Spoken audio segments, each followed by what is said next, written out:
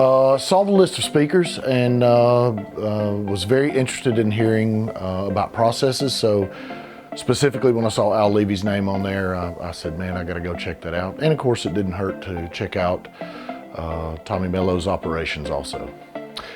So yeah, hopefully we'll learn kind of how to transition my company from where we currently are to something like this. This is awesome and amazing and inspirational, and hoping I can take away a lot of the processes and ideas here and implement them in our facility in our location. If they would offer it, I'd take a second tour. It was really good.